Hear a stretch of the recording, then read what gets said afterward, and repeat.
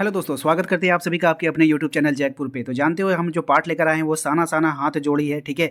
और जानते हो इस पार्ट को हम क्यों लेकर आए हैं? क्योंकि मैंने देखा कि आपके बुक में जो ऑब्जेक्टिव सवाल कराया गया है ना, वहाँ मात्र 20 सवाल से ज़्यादा नहीं कराया गया है। ये मार्केट वाले बुक की बात कर रहे हैं हम, ठीक है। लेकिन इस वाले में जो हम आज जो क्वेश्चन लेकर आए हैं, हम जेसीईआरटी का ओरिजिनल क्वेश्चन लेकर के आए हैं, तो उसमें ना 50 से ज़्यादा क्वेश्चन पूछा गया है ऑब्जेक्टिव में। तो चलिए देखते हैं कौन कौन सा क्वेश्चन और कैसा क्वेश्चन है, ठीक है। डायरेक्ट फास्ट रिविजन करने वाले हैं। आज हम क्विज़ नहीं करेंगे, डायरेक्ट आपको आंसर बताएंगे ताकि आप लोग के दिमाग में बैठा रहे। अगर एग्जाम में क्वेश्चन आ जाए तो आपसे गलती ना हो। तो चलिए स्टार्ट करते हैं फटाफट, ठीक है।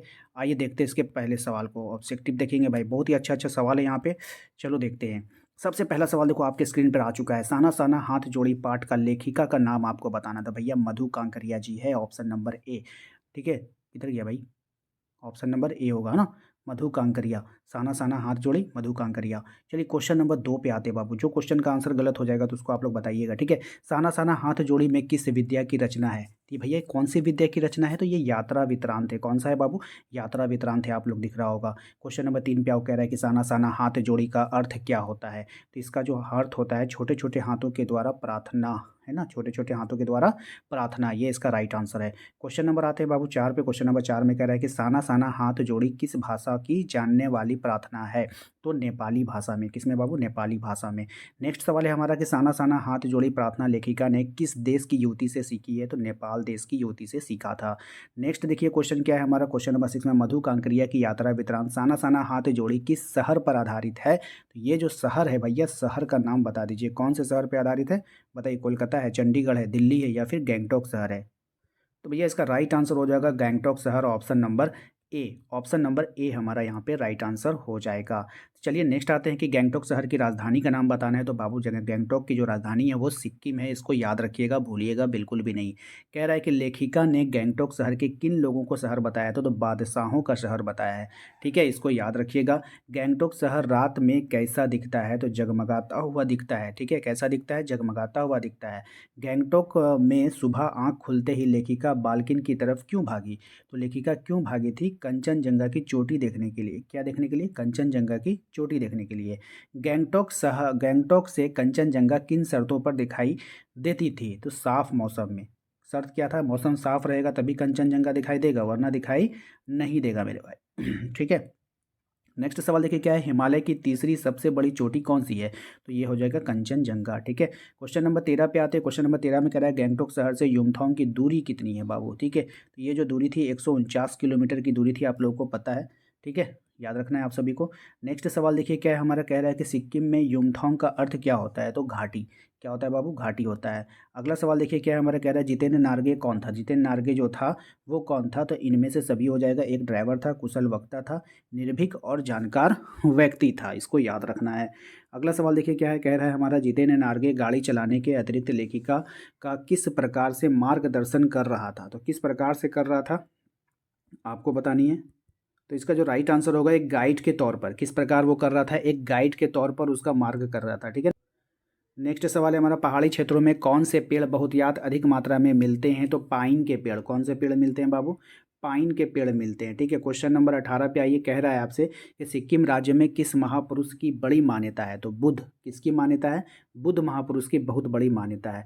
अगला सवाल देखिए क्या है। कह रहा है सिक्किम में किसी बुद्धिस्ट की मृत्यु पर लोग क्या करते हैं? तो सिक्किम में किसी बुद्धिस्ट की जब मृत्यु हो जाती है ना, तो वहाँ पर पवित्र स्थान पर झंडे फहराते हैं। 108 झंडे फहराते हैं, श्वेत झंडे फहराते हैं, ठीक है। ये सभी इंपॉर्टेंट है, इसको एकदम याद रखिएगा।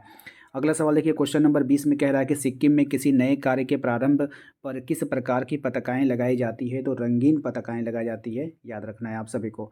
लेखिका ने प्रायः सभी जगहों पर किसकी तस्वीर लगी देखी थी? तो लेखिका ने प्रायः सभी जगहों पर दलाई लामा की तस्वीर लगी हुई देखी थी, याद रखिएगा। ऑप्शन नंबर सी हमारा राइट आंसर है।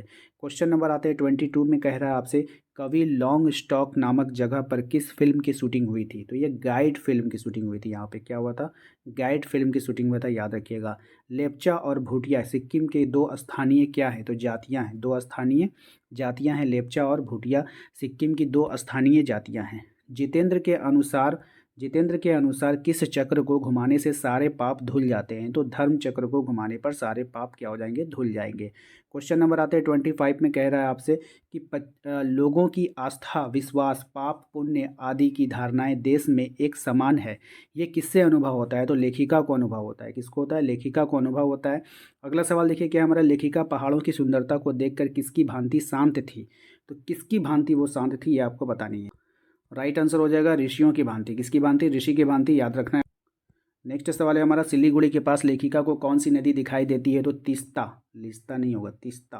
ठीक है, स्पेलिंग सही कर लीजिएगा, तीस्ता नदी दिखाई देती है। ठीक है, अगला सवाल देखिए क्या हमारा, क्वेश्चन नंबर 28 में कह रहा है लेखिका के दृष्टिकोण में झरना क्या था? तो लेखिका के दृष्टिकोण में जो झरना था ना, वो अनंतता का प्रतीक था, तामसिकता दूर करने का साधन था, वासनाओं से बचने का साधन था। इनमें से सभी इसका राइट आंसर हो जाएगा। ठीक है, हिंदी में भी लगभग मुझे लगता है कि 99% अगर इनमें से सभी आया तो वही आंसर हो जाना चाहिए। ठीक है, लेखिका को घाटियों में क्या लिखा मिला? तो लेखिका को घाटियों में थिंक ग्रीन लिखा वह मिला था। ठीक है, नेक्स्ट है हमारा कि लेखिका ने पहाड़ों के किन दुर्लभ नज़ारों को देखा है? तो लेखिका ने पहाड़ों के किन दुर्लभ नज़ारों को देखा था? पर्वत को देखा है, झरनों को देखा है, विभिन्न प्रकार के फूल और घाटियों को देखा है, यानी इनमें से सभी इसका सवाल नंबर आते हैं 31 में, कह रहा है सौंदर्य भाव से डूबी लेखिका अचानक से क्या देखकर उदास हो गई? तो क्या देखकर उदास हो गई? ऑप्शंस आपके पास है, कठिन श्रम करती महिलाएं, है ना, और यही देख करके क्या हो गई थी? वो उदास हो गई थी, महिलाओं को कठिन श्रम यानी कि मेहनत करते हुए देखकर। लेखिका के दृष्टिकोण में पहाड़ी जीवन क्या है? तो लेखिका के दृष्टिकोण में पहाड़ी जीवन स्वर्गीय सौंदर्य है, भूखी मौत है, जिंदा रहने का जंग है, इनमें से सभी। तो इनमें से सभी इसका राइट आंसर हो जाएगा। क्वेश्चन नंबर 33 पे आइए। क्वेश्चन नंबर 33 में आपसे कहा जा रहा है कि पहाड़ी महिलाओं के मातृत्व और श्रम साधना एक साथ देखकर लेखिका क्या हो गई? तो भावुक हो गई थी। ठीक है, ठीक है, क्या हो गई थी? भावुक हो जाना, यानी कि दिल भर आना, है ना। लेखिका को पहाड़ी महिलाएं क्या क्या काम करते नजर आई? तो लेखिका को पहाड़ी सड़क बनाते व मवेशी चराते, लकड़ियाँ ढोते। तो राइट आंसर हो जाएगा इनमें से सभी इसका। ठीक है, क्वेश्चन नंबर 35 पे ये कह रहा है कि पलामू और गुमला में जंगलों में लेखिका ने पत्तों की तलाश करते हुए किन्हें देखा था? तो किनको देखा था? ये आपका जो है राइट आंसर हो जाएगा आदिवासी युवतियों को। किसको देखा था? आदिवासी युवतियों को। नेक्स्ट सवाल है हमारा कि मणि कौन था? तो मणि जो था वो लेखिका का कौन था? सही यात्री था। इसको याद रखिएगा, अच्छा सवाल है। क्वेश्चन नंबर आते हैं 37 में, कह रहा है कितना कम लेकर ये समाज को कितना अधिक वापस लौटा देती है? ये पंक्तियां लेखिका ने किसके संदर्भ में कहती है? तो ये कहती है आपका आम जनता के बारे में। किसको कहती है?